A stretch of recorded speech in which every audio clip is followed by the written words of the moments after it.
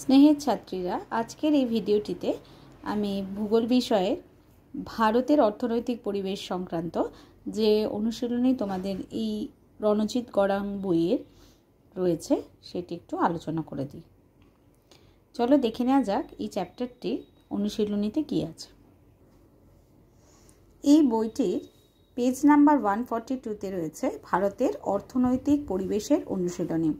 এর আগের ভিডিওতে আমি ভারতের প্রাকৃতিক পরিবেশের অনুশীলনীটি সলভ করে দিয়েছিলাম। আশা করি তোমাদের ওটা কাজে লেগেছে এবং তোমাদেরই অনেকেরই অনুরোধে পরবর্তী অংশের অনুশীলনীগুলোর ভিডিও আমি আপলোড করে দিলাম। এখানে একটু বলে রাখি, অনুশীলনীর সমাধান ছাড়াও যদি তোমাদের আরও কোনো প্রয়োজন হয়ে থাকে, কোনো বিষয় আলোচনা বা কোনো শর্ট নোট বা কোনো ডায়াগ্রামের ব্যাপারে আলোচনা করার থাকে, তাহলে তোমরা অবশ্যই কমেন্ট বক্সে আমাকে জানাবে। আমি যথাসাধ্য চেষ্টা করব তোমাদের সেই প্রশ্নগুলোর উত্তর দিয়ে দিতে। চলো দেখে নেওয়া যাক এই অনুশীলনীতে কি আছে। প্রথমে রয়েছে সঠিক উত্তরটি নির্বাচন করো। 1 নম্বর, ভারতে যে কৃষি ব্যবস্থা প্রসিদ্ধ সেটি হচ্ছে এ, জীবিকা সত্তা ভিত্তিক কৃষি। নাম্বার 2, ভারতের কোনটি বাগিচা ফসল নয়, এটি হবে ডি, আখ। নাম্বার 3, কোনটি জায়িদ ফসল, এটা হবে সি, আউশ ধান। নাম্বার 4, কোনটি তৃষ্ণার্থক ফসল, এটা হবে সি, মিলেট। নাম্বার 5, ভারতে কফি উৎপাদনের প্রথম রাজ্য, সি, কর্ণাটক। নাম্বার 6, কোন রাজ্যটিতে কৃষিতে অত্যন্ত উন্নত, নাম্বার বি, পাঞ্জাব। নাম্বার 7, কোনটি বিশুদ্ধ কাঁচামাল, নাম্বার সি, কার্পাস। 8, পশ্চিমবঙ্গের সর্বাধিক গুরুত্বপূর্ণ তথ্য প্রযুক্তি শিল্পকেন্দ্র, এটা হচ্ছে সি, সল্টলেক সেক্টর 5। নাম্বার 9, সংযোজন ভিত্তিক শিল্প কোনটি, এ, মোটর গাড়ি। নাম্বার 10, ভারতের বৃহত্তম বন্দর হলো ডি, মুম্বাই। নাম্বার 11, উত্তর দক্ষিণ করিডোরের উত্তরতম সীমা হলো এ, শ্রীনগর। এখানে একটু বলে রাখি, এগুলো ছাড়াও অন্যান্য অজস্র শর্ট কোয়েশ্চেন এই চ্যাপ্টারটা থেকে আসতে পারে এবং সেই সংক্রান্ত আমার আলাদা আলাদা ভিডিও আছে এবং কিছু শর্টসও আছে, তোমরা দরকার পড়লে সেখান থেকে আপডেট হয়ে যেতে পারবে। যেমন কোন রাজ্য চা উৎপাদনে প্রথম, কফি উৎপাদনে, ধান উৎপাদনে, এই সংক্রান্ত অনেকগুলো শর্টস আমি আপলোড করে দিয়েছি, যেটা 2024-25-এর জন্য প্রযোজ্য। অতএব সেটা একটু তোমরা দেখে নিতে পারো। পরে হচ্ছে শুদ্ধ অশুদ্ধ বা সত্য অসত্য। 1টা ঠিক, 2 ঠিক, 3 ঠিক, 4 ঠিক, 5 ভুল, 6 ভুল, 7 ঠিক, 8 ঠিক।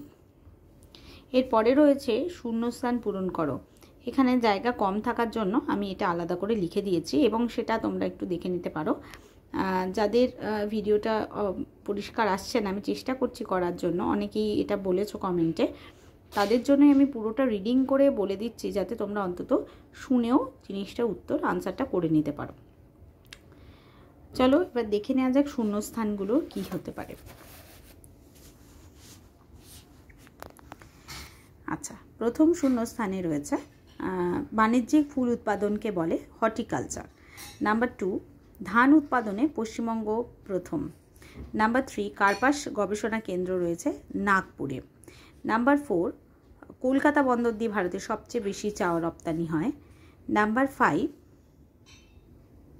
একটি অস্থানীয় শিল্পের উদাহরণ হলো কার্পাস। নাম্বার 6, দক্ষিণ ভারতের ম্যানচেস্টার হলো কোয়েম্বাটুর। নাম্বার 7, 2011 সালের আদমশুমারি অনুযায়ী ভারতের সাক্ষরতার হার 7.04%। নাম্বার 8, মুম্বাই ভারতের সর্বাধিক জনবহুল শহর। নাম্বার 9, জামনগর পেট্রোরসায়নের জন্য বিখ্যাত। নাম্বার 10, ভারতের দীর্ঘতম মেট্রো রেল রয়েছে দিল্লিতে। এরপরে রয়েছে 2-1 কথায় উত্তর দাও। এটিও আমি খাতায় লিখে দিয়েছি যাতে তোমাদের সুবিধা হয়, নাহলে এখানে বুঝতে অসুবিধা হতে পারে। তার প্রথম প্রশ্ন হচ্ছে ভারতের একটি অর্থকরী ফসলের নাম চা। কোন বছরটিকে ইউএন আন্তর্জাতিক মিলেট বর্ষ হিসেবে ঘোষণা করেছে? 2023।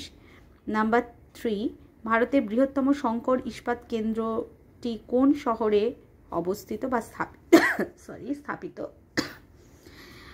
সেটা হবে দুর্গাপুর।